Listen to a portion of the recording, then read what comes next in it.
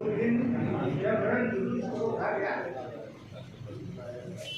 Permission के मांगे permission के लिए उसी समय पर रघुराज पांडे जी, हम लोगों के गार्जियन अभिभावक आदरणीय सुदेश्वर लाल अग्रवाल जी, हमारे सम्मानित महामंत्री आदरणीय संतोष दुबे जी, विकास स्वदेशी जी, जिले के सभी चारों हमारे सम्मानित जिला के उपाध्यक्ष, लातेहार के ओबीसी मोर्चा के प्रभारी आदरणीय भगत दयानंद यादव जी और सभी विधानसभा के आए हुए सम्मानित मंडल अध्यक्ष, सभी मोर्चा के मंडल अध्यक्ष, रमुना सूर्या क्लब के सम्मानित अध्यक्ष सचिव और भारतीय जनता पार्टी के सम्मानित कार्यकर्ता और इस प्रेस संबोधन में उपस्थित सम्मानित हमारे पत्रकार बंधु, सबसे पहले आप सभी लोगों का मैं हार्दिक अभिनंदन और स्वागत करता हूं। विदित हो कि पार्टी के द्वारा आप लोगों को अभी प्रेस कॉन्फ्रेंस में बहुत सारी बातें बताई गई हैं और सूर्या क्लब के अध्यक्ष, सचिव और उन अबोध बालकों की भी बात आप लोगों ने सुनी हो। घटना की विस्तृत जानकारी आप लोगों को दे दी गई है और आप समाज के चौथे स्तंभ हैं, तो आपका भी कर्तव्य बनता है कि जो सच्चाई है उसको जनता के बीच में ला करके रखना है और आप लोगों को भी इन्वेस्टिगेशन करना है, आप लोगों को भी सच्चाई खोज करके निकालना है। हो सकता है कि आप लोगों को ऐसा लगे कि ये भाजपा के लोग हैं, आज विपक्ष में है, इसलिए ये प्रेस कॉन्फ्रेंस करके दबाव की राजनीति कर रहे हैं। हम लोग बिल्कुल हकीकत की बात आप लोगों को अभी बताने का काम सूर्या क्लब के अध्यक्ष और सचिव ने कहा, हमारे अभिभावक ने कहा, हमारे पार्टी के तरफ से अधिकृत बयान आप लोगों को महामंत्री जी और सभी लोगों के तरफ से सुनने को मिला है। हमारा सवाल है, हम प्रेस कॉन्फ्रेंस में जो बातें आनी थी वो आ गई हैं। हमारा सवाल है, पूरे देश में रामनवमी का जुलूस निकला और रामनवमी जो है वो 10 तारीख को, क्या कारण था कि रमुना के पीपल तर का जुलूस जो है वो रामनवमी को नहीं निकला? जांच इसकी होनी चाहिए। क्या कारण, क्यों रोका गया, किसने रोका, किसके कहने पर झंडा नहीं उठा, किसने वहां के राम भक्तों के ऊपर दबाव बनाने का काम किया?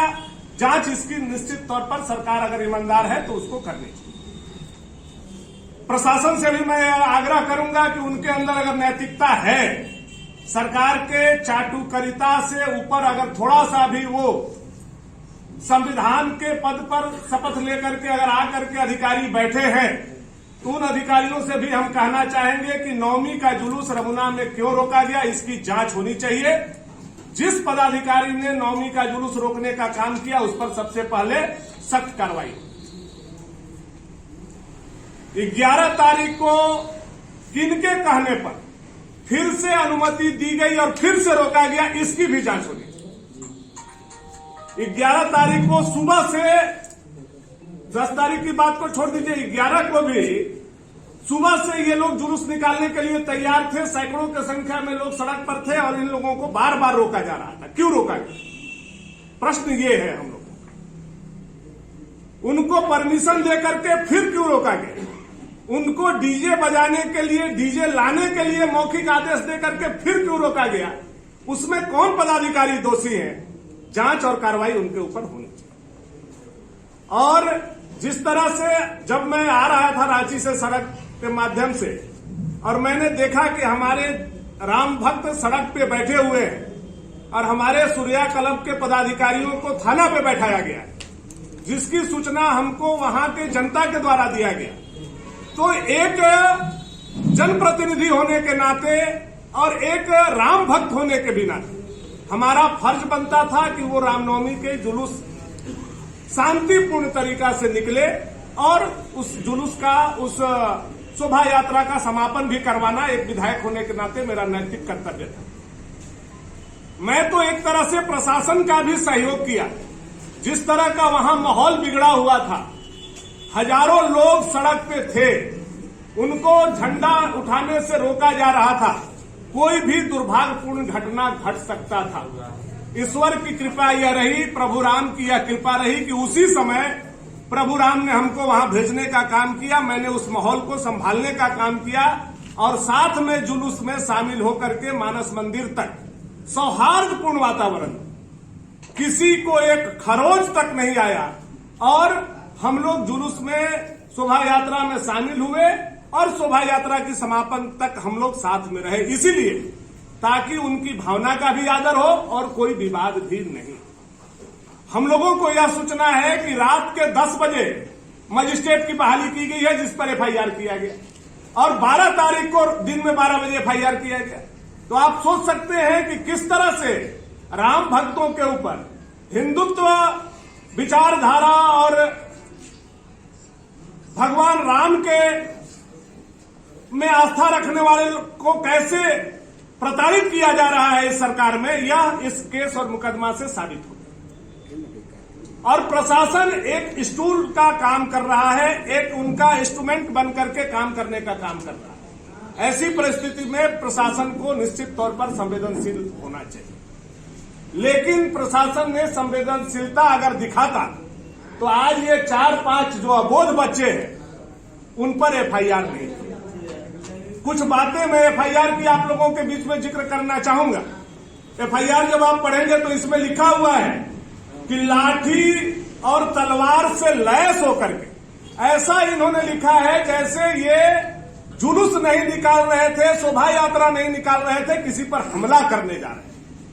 ये हमारा सांस्कृतिक परंपरा रीति रिवाज के हिसाब से निकाला जाने वाला शोभा यात्रा था, जिसमें तलवार, लाठी और सांस्कृतिक हथियार के साथ ही रामनवमी का जुलूस निकाला जाता है और पूरे देश में निकाला गया। बावजूद इस तरह का शब्द का उपयोग करना ही बताता है कि किस तरह से दुर्भावना से ग्रसित होकर के सरकार और सरकार के पदाधिकारियों ने इस तरह के केस और मुकदमा झूठे तरीके से हम राम भक्तों के ऊपर करने का काम किया। दूसरी बात जो मैं कहना चाहता हूं, हर जगह डीजे बजा, इसके गवाह आप पत्रकार लोग भी हैं, इसका गवाह प्रदेश के मुख्यमंत्री भी हैं। मैं रामनवमी के दिन रांची में था और मुख्यमंत्री के बगल से लाखों लोग पैदल जा रहे थे और मुख्यमंत्री ने भी जय श्री राम का नारा देने का काम किया, जिसको पूरा प्रदेश की जनता ने देखने का भी काम किया। तो जब लाखों लोग रांची के सड़क पर मुख्यमंत्री के सामने डीजे बजाते हुए पार होते हैं, तो क्या रांची में उन डीजे वाले लोगों पर और राम भक्तों पर मुकदमा हुआ? क्या मुख्यमंत्री ने जय श्री राम का नारा लगाया तो उनके ऊपर मुकदमा हुआ? इनके मंत्री के सामने गढ़वा में डीजे बजा, क्या उन पर मुकदमा हुआ? क्या मंत्री ने जय श्री राम का नारा लगाया तो उनके ऊपर मुकदमा हुआ? अगर उनके ऊपर मुकदमा नहीं हुआ तो भानु प्रताप शाही और रमुना वासी और सूर्या क्लब के लोगों पर क्यों हुआ? हमारा सवाल। निश्चित तौर पर इस पर हम लोगों के मनोबल को तोड़ने के लिए या हम लोग जिस आक्रामकता के साथ सरकार पर उनके आक्रमण करने का काम करते हैं विधानसभा के अंदर और विधानसभा के बाहर, तो हमारे ऊपर और हमारे साथ साथ हमारे क्षेत्र के राम भक्तों के ऊपर जो केस करने का काम किया है, यह सरकार के राजनीतिक ताबूत की अंतिम कील साबित होगा, ऐसा मुझे प्रतीत होगा। हम लोग डरने वाले नहीं। अगर एक बार जय श्री राम कहने के बाद धारा 353 लगता है और भानु प्रताप शाही के साथ साथ सूर्या क्लब के और उन बच्चों को जेल भेजा जाता है, तो हम लोग 1 लाख बार भी जय श्री राम कहने से नहीं हटेंगे। जेल जाने के लिए हम लोग तैयार हैं, फांसी चढ़ने के लिए भी हम लोग तैयार हैं, लेकिन श्री राम प्रभु का ना नाम हम लोग छोड़ेंगे, ना उनका ध्वज हम लोग झुकने देंगे। ये हम लोगों का दृढ़ संकल्प है और इसके लिए जो भी करना होगा हम लोग करने के लिए तैयार। दुख इस बात का है कि धारा 353 लगाया गया पहली बार जुलूस में। मैं मानता हूं कि आचार संहिता का उल्लंघन हो सकता है सरकारी दृष्टि से, डिजास्टर मैनेजमेंट का उल्लंघन हो सकता है सरकारी दृष्टिकोण से, यह सरकार का दृष्टिकोण हो सकता है, पदाधिकारियों का दृष्टिकोण हो सकता है, लेकिन आप पत्रकार हैं, सम्मानित जनता है, वह भी जानती है क्या उसमें किसी सरकारी पदाधिकारी ने रोकने का काम जुलूस को किया था, जिसके साथ धक्का मुक्की सूर्या क्लब या हम लोगों के द्वारा किया गया? नहीं किया गया। बल्कि सरकारी पदाधिकारी उस जुलूस के आगे आगे साथ में चल रहे थे और पुलिस के लोग भी चल रहे। किसी को खरोच भी नहीं आया। तो किस तरह से धारा 353 लगाया गया? हमारा प्रश्न सरकारी पदाधिकारियों से। कोविड के उल्लंघन में यह दर्शाया गया कि 200 से अधिक संख्या में लोग थे, इसलिए कोविड का उल्लंघन का धारा हम लोगों के ऊपर लगाया गया। अब गढ़वा में ही हजारों हजार लोग थे, तो क्या उनके ऊपर भी कोविड उल्लंघन का मुकदमा होगा? यह नगर उटारी बंसीधर में रामनवमी से पहले बगैर परमिशन का मोटरसाइकिल जुलूस निकाला गया और डीजे बजाया गया। क्या उनके ऊपर धारा 353 के तहत उन झामुमो नेताओं के ऊपर मुकदमा सरकार और सरकार के पदाधिकारी कराना चाहेंगे? तो ये सारे प्रश्न आज ये भवनाथपुर विधानसभा क्षेत्र के जनता और भारतीय जनता पार्टी का सरकार से। सरकार या तो जवाब दे, और नहीं तो भारतीय जनता पार्टी ने जो आज निर्णय लिया है कि हम लोग आगे चल करके इसको आंदोलन का रूपरेखा तैयार करेंगे, पार्टी रूपरेखा तैयार करेगी, पार्टी के बड़े नेता इसमें इन्वॉल्व होंगे और भारतीय जनता पार्टी चुप बैठने वाली नहीं। मैं अभी भी प्रशासन को कहना चाहता हूं, इसकी जांच कराए। इन अबोध बच्चों के ऊपर जो मुकदमा किया गया है उसको एफआईआर को वापस ले। भानु प्रताप शाही से व्यक्तिगत या राजनीतिक रूप से मुख्यमंत्री को अगर दुश्मनी है, व्यक्तिगत या राजनीतिक रूप से हमको जेल भेजना चाहते हैं, तो 21 लोगों के बदला में भानु प्रताप शाही आज अपने आप को आत्मसमर्पित करता है। इस जिला प्रशासन को वो आए, हमें गिरफ्तार करें और बाकी लोगों को प्रताड़ित करने का काम नहीं करें। ये प्रेस के माध्यम से मैं कहना चाहता हूं। बहुत बहुत धन्यवाद।